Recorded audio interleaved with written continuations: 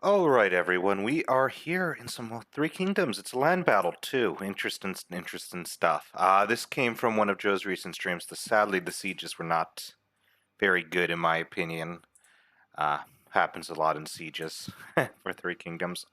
Land battles are more fun in my opinion. But we have here a combined force of Cao Cao, brought to you by yours truly, led by the greatest of all generals. As I said, Cao Cao. Don't let anyone tell you differently. He is the greatest hero of the Three Kingdom period. And of course, aiding him is Pai Wan Shao. Brought to us by Mr. Joe on it with a heavy yellow turban army, two of the three people being yellow turban. My boys being a mix of bandit and, well, hero. But on top of that, we also have on the enemy side here, leading the enemy force Gongsu Dzan, with a very thematic army, heavily cavalry, a lot of white horse fellows, and some of those Chen peacekeepers from Crossbow Boy. This is a very scary unit. On top, and leading the other army, which is very heavily infantry compared to that cavalry heavy Gongsu Zan army, is Xiao Dun, betraying his master. How dare he? But with that, let's see how this pans out, why don't we? Alrighty, getting into this battle. Heavy left-hand flank with the cavalry here. A few units of infantry outside of that, some protectors of heaven and some of those G infantry. I think you might have, no, just G infantry. First of the caltrops coming down, protecting the front from the cavalry charge. As to be honest, outside of the... Those are peasant warriors. I mean, they're not the greatest, but they are glaive infantry. Glaive infantry, I say. They have fucking pitchforks and hoes. They're not gonna defend anything. The issue here is this left-hand flank with the slow movement of the infantry army here that's kind of separating out. It gets a bit difficult to defend. My cavalry here is rotating on the flank, and look at that. Yeah, annoying part of these white horse fellows is their 250 range. But these guys are only 200 range. With this cavalry moving up to force them back, while this unit of cavalry that was hiding behind is going to be moving up to sandwich between.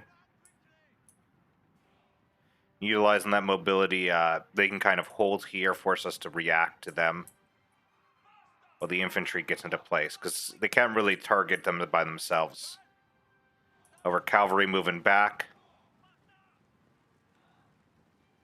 Melee cavalry rotating to them, but they do not see, of course, our heroes, the Jizai Raiders. They're a small unit, and I believe they have... Are they the ones? No. They're just an effective small unit like a lot of the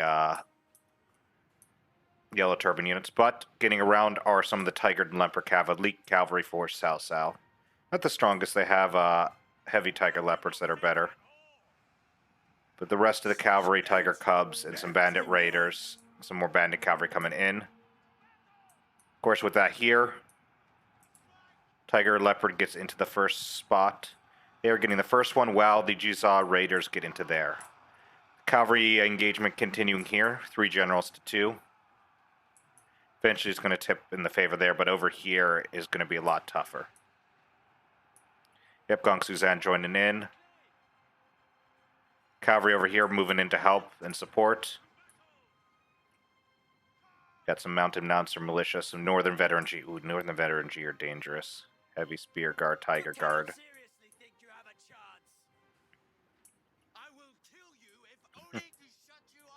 Well, they are fighting right now. But the Tiger Leopard's still moving around, rotating. This Raider is doing what it can, but it's a small unit.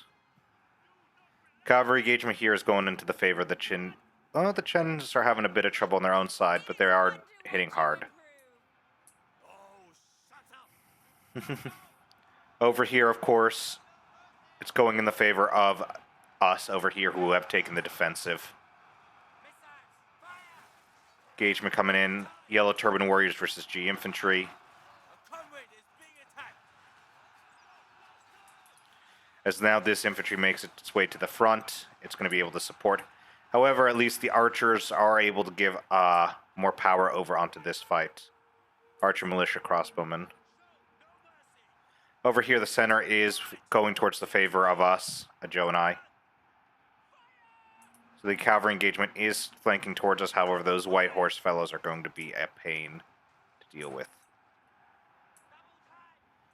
Of course, coming over here from another flank is the remaining 2 units of cavalry, more tiger and leopard cavalry, and a heavy tiger and leopard cavalry, which is, well, let's just say, though they do low damage, they are probably one of the more brutal ones, in my opinion.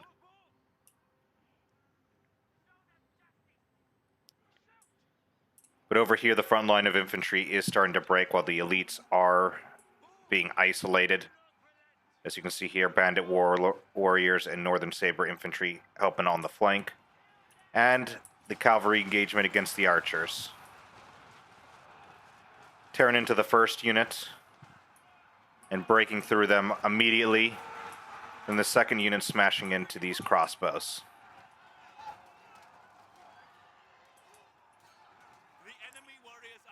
And these are heavy crossbows, so these are a fairly elite unit here.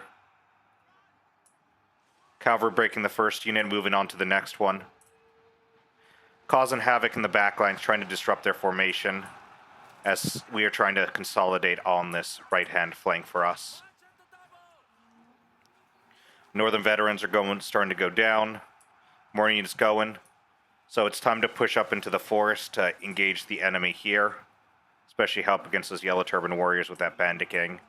Very weak unit, but you know what? They're going to be effective on the flank.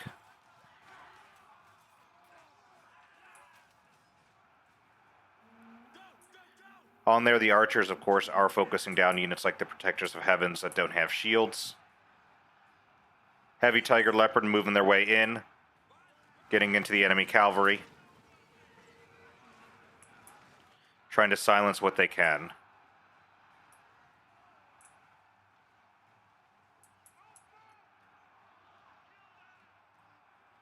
But over here, the bandit gang are going to run into some trouble now that the yellow turbans have broken.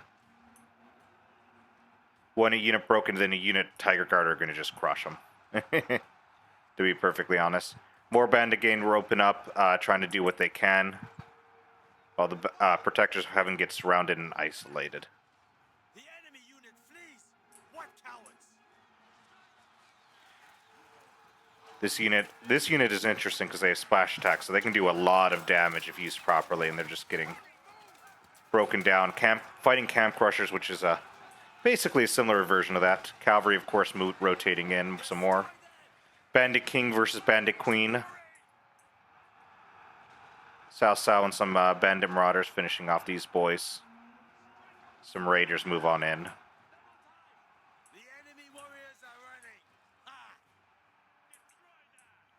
Cavalry-wise, Heavy Tiger Leopard are at 37 kills. We have killed an enemy general. Enemy general down.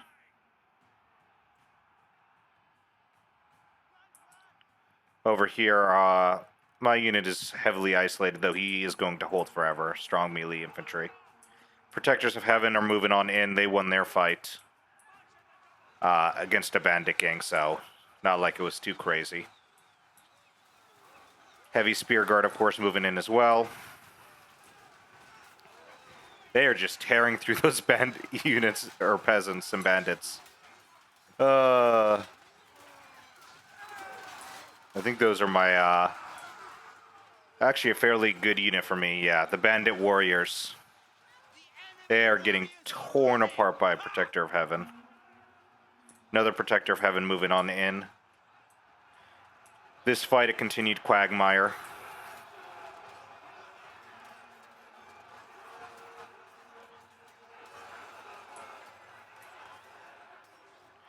Tiger Guard, they are the more elite units versus Bandit Gang, which are going to be breaking real soon. Of course, those Queen Zong, which are basically former Yellow Turban boys. Fairly elite in my opinion, I like them a lot. The enemy warriors are running. With my Cao Cao armies, you see I bring them a lot. Yellow Turbans managing to get in the flank. Or, well, not even the flank. They got into the G infantry, though. They're going to be able to do some real damage. However, that Northern Veteran G is going to surround them. But the cavalry have broken through for Zhou, and they're going to be able to begin their harassment. Cao Cao moving around, as I said. Xingyan still holding out here, actually enough to get some aid.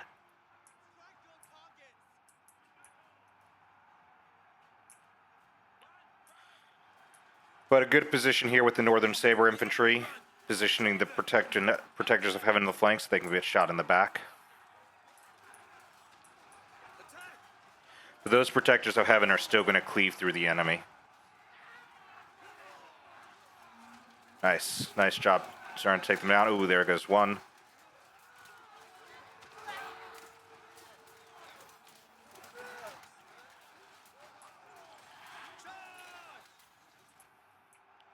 Now more fire coming in. Just fire from all angles. Archer militia, archer militia.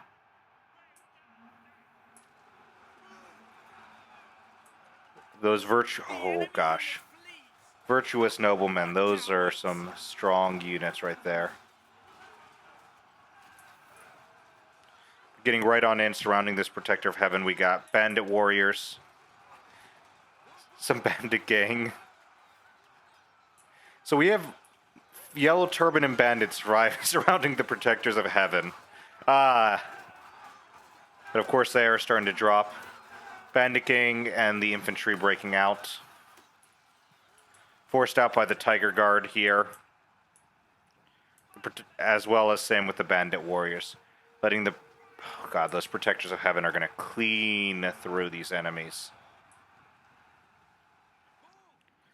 But despite everything, the infantry front line is breaking down for Zhou and I. We don't have much left in the way of infantry, of course. But we do have a cavalry advantage, and we're about to eliminate another general. He is unbreakable. But they don't have much left, to be fair, either, but what they have left is elite. Tiger Guard, 104 kills. 158 on that Protector of Heaven, 141 there. Northern Saber dropping with 112. 69 kills. Nice, Cao Cao.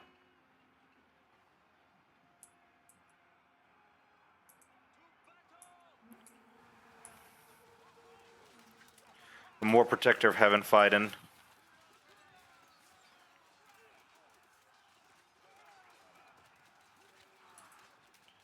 Oh boy, cavalry charge to the rear. More of, I believe, I think these are the bandit ones, actually.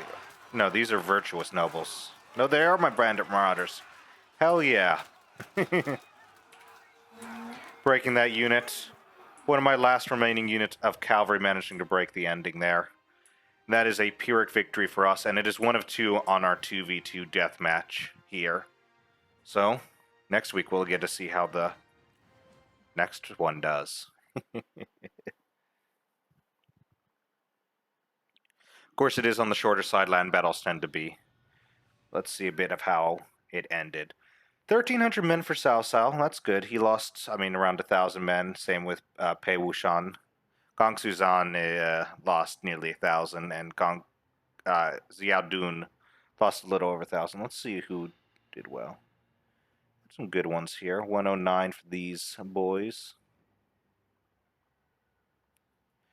Some of those Yellow Turbans, 133. Oh, those peasants got 33 kills. You know what? Camp Crusher's got 93 there. Yeah. What I really want to see is, 169, 159. Okay, nice. Not too bad. Not too bad at all. 104.5 with that Tiger Guard. Yeah. Tiger Guard and stuff like that belong to Sun Jian's faction, and they're a pretty elite unit in their own right. A lot of Yellow Turbans, so a lot of numbers there with some elites, as you can kind of see here. But with that, I hope you all enjoyed. It was a back and forth. It definitely looked like it was basically whoever's infantry was going to... would they break our infantry before we shatter their backlines? And of course, the backlines were shattered first. And they weren't able to take advantage of their more elite non-shielded units. Because they couldn't harass or take dominance of the ranged because of the backline fight. But with that, that is all. I guess just let me know what you think would have been the best option for the losers to take, or if there was any better options that we could have taken on our side. But that is all for now. You all have a wonderful day.